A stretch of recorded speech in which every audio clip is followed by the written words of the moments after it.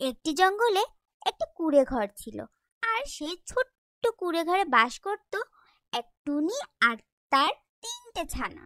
3 ছানাকে নিয়ে তার খুব কষ্টে দিন কাটছিল। না পারতো ঠিক মতন খেতে, আর না পারতো ঘরে ঠিক মতন থাকতে। ঝড় বৃষ্টি এলে তো ভেঙেই যেত টুনটুনি পাখির বাসা। এভাবে আর কতদিনই বা চলে। টুনি তো সেই চিন্তায় মরে যাচ্ছিল। টুনির ছানারাও খুব কষ্ট ছিল।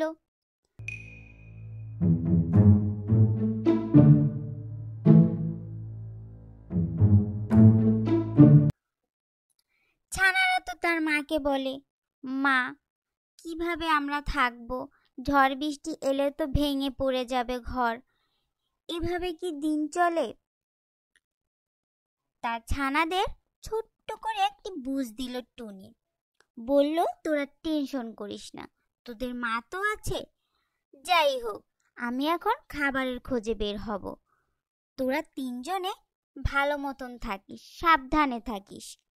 কিন্তু এদিকে তো একটা চিল পাখি ঘোরাঘুরি করে টুনি পাখির ছানাদের খেয়ে ফেলার জন্য। শুধু টুনি পাখির ছানাদেরই খায় না, সে বনের প্রতিটি পাখির ছানা ধরে ধরে নিয়ে খেয়ে ফেলে, সুযোগ পেলেই খেয়ে ফেলে।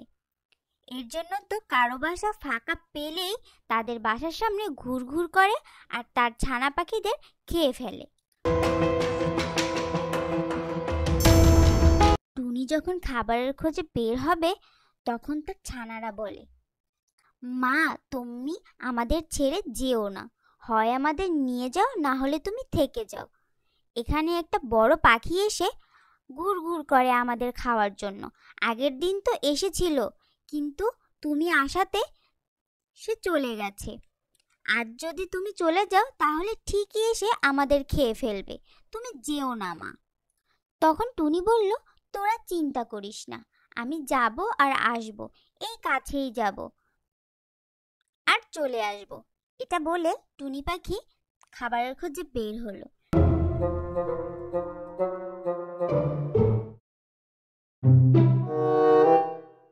বের হতে হতে টিয়া পাখির সাথে দেখা।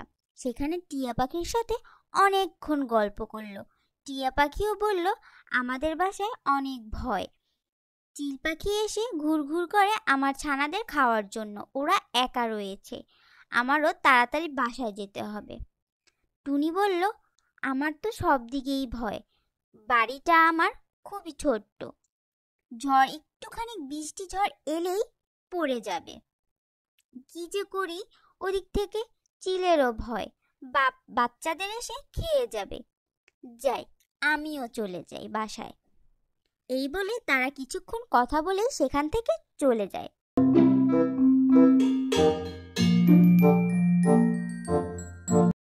এইভাবে প্রতিদিনই টুনি খাবারের খোঁজে বের হতে থাকে। হঠাৎ করে একদিন দেখে কি,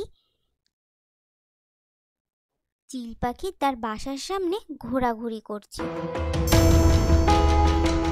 সে তো জিজ্ঞেস করলো চিল পাখিকে, তুমি আমার বাসার সামনে কেন ঘোরাঘুরি করছো? তখন চিল পাখি বলল, এই তো কিছু না, তোমার সাথে একটু দেখা করতে এলাম। এইসব অনেকক্ষণ তর্ক বিতর্ক তাদের মাঝে হতে থাকে।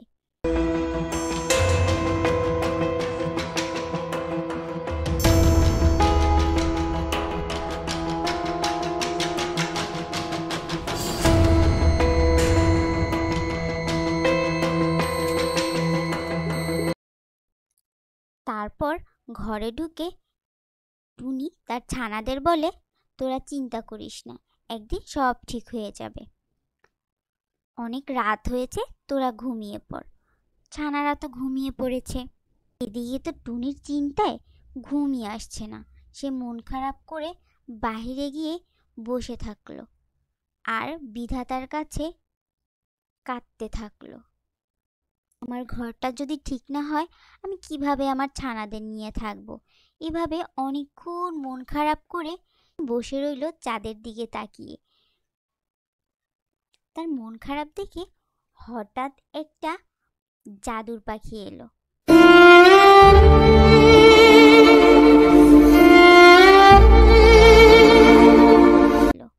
এসে তাকে জিজ্ঞেস করলো, কি হয়েছে, তোমার মন খারাপ কেন? তখন সে বলল, আমার ছানাদের খুব কষ্ট হয়, এই ঘরে আমার ছানারা থাকতে পারে না, একটু বৃষ্টি হলেই তো ভেঙে যাবে। এসব কথা শুনে তখন সেই জাদুর পাখিটা বলে, ঠিক আছে, তুমি আমার কাছে কিছু চাও, কি লাগবে তোমার বলো, আমি তোমাকে তাই দিব। এই কথা শুনে টুনি জাদুর পাখিকে বলল, আমাকে একটা সুন্দর একটা মজবুত ঘর বানিয়ে দাও, তাহলেই হবে, আমি আমার ছানাদের নিয়ে থাকতে পারি। জাদুর পাখিটি বলল, আচ্ছা, তুমি চিন্তা করো না, সকাল হলেই তুমি একটা মজবুত বাড়ি পাবে। এই বলে চলে যায় জাদুর পাখিটি।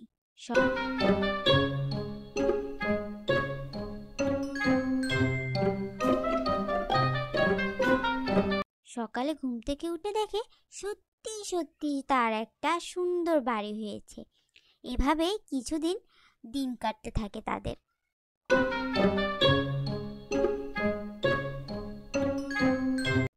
মনে মনে টুনিটি বলে, ইস, এই ঘরে হচ্ছে না, আমার যদি একটা রূপোর ঘর থাকতো তাহলে ভালো হতো।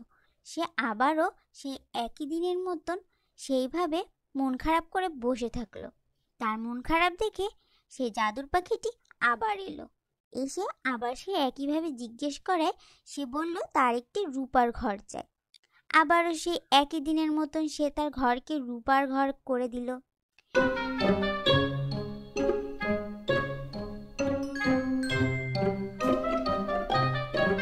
এভাবে আরো কিছুদিন চলে গেল। তার সেই রূপোর ঘর দেখতে বনের সব পাখিরা ছুটে এলো। কিন্তু এদিক থেকে টুনির মনে তো আরো লোভ জাগতে লাগলো। তার মনে লোভের বাসা বাঁধলো। সে মনে মনে ভাবলো, আমার এই ঘরেও চলবে না, আমি আজ আবার সোনার একটি ঘর চাইব। সে আবারও মন খারাপ করে বসে রইল আগের দিনের মতন। আবারও সেই জাদুর পাখিটি এলো, আবারও তাকে জিজ্ঞেস করায় সে আবারও বলল, আমার এই ঘরে হচ্ছে না, আমার একটি সোনার ঘর লাগবে। সে আবারও তাকে সোনার ঘর উপহার দিল সে আগের দিনের মতন।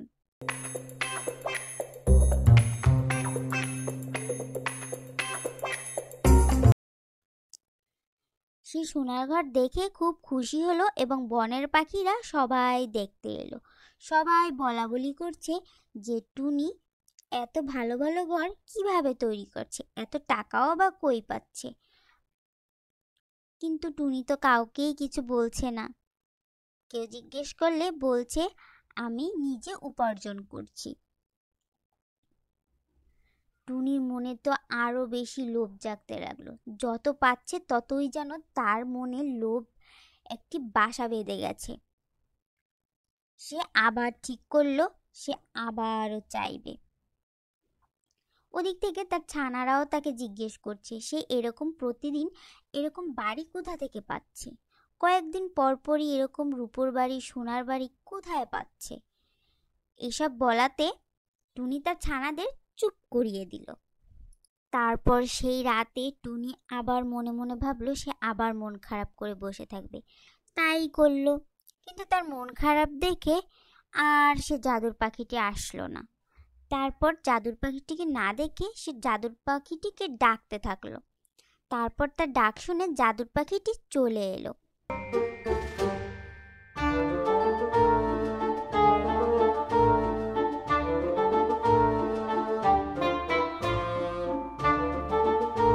তখন বলল, কি হলো, তুমি আজ আমার মন খারাপ দেখে কেন এলে না?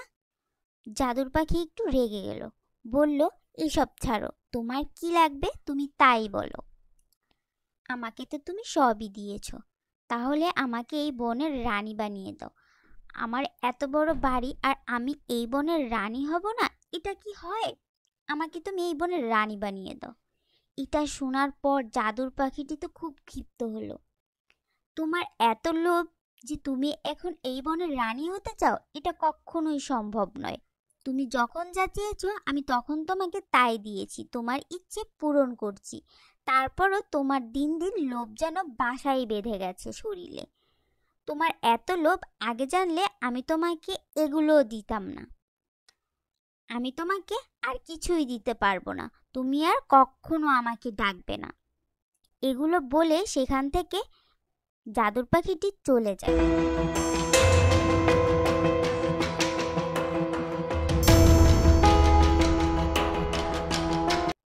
সকালে ঘুম থেকে উঠে দেখে তার সে বাড়িটি আবার সে আগের মতন পুরনো সে ছোট্ট কুঁড়ে ঘরটি রয়ে গেছে।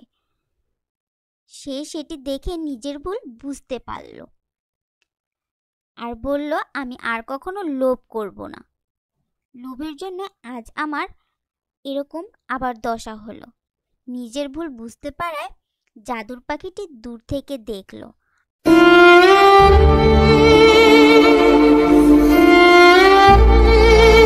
আর বলল, তুমি যখন তোমার নিজের ভুল বুঝতে পেরেছো, তুমি প্রথমে যে বাড়িটা আমার কাছে চেয়েছিলে আমি সেটিই তোমাকে দিব। সেটি তাকে আবার উপহার দিল। সেটি দেখে টুনি পাখি একটু খুশি হলো।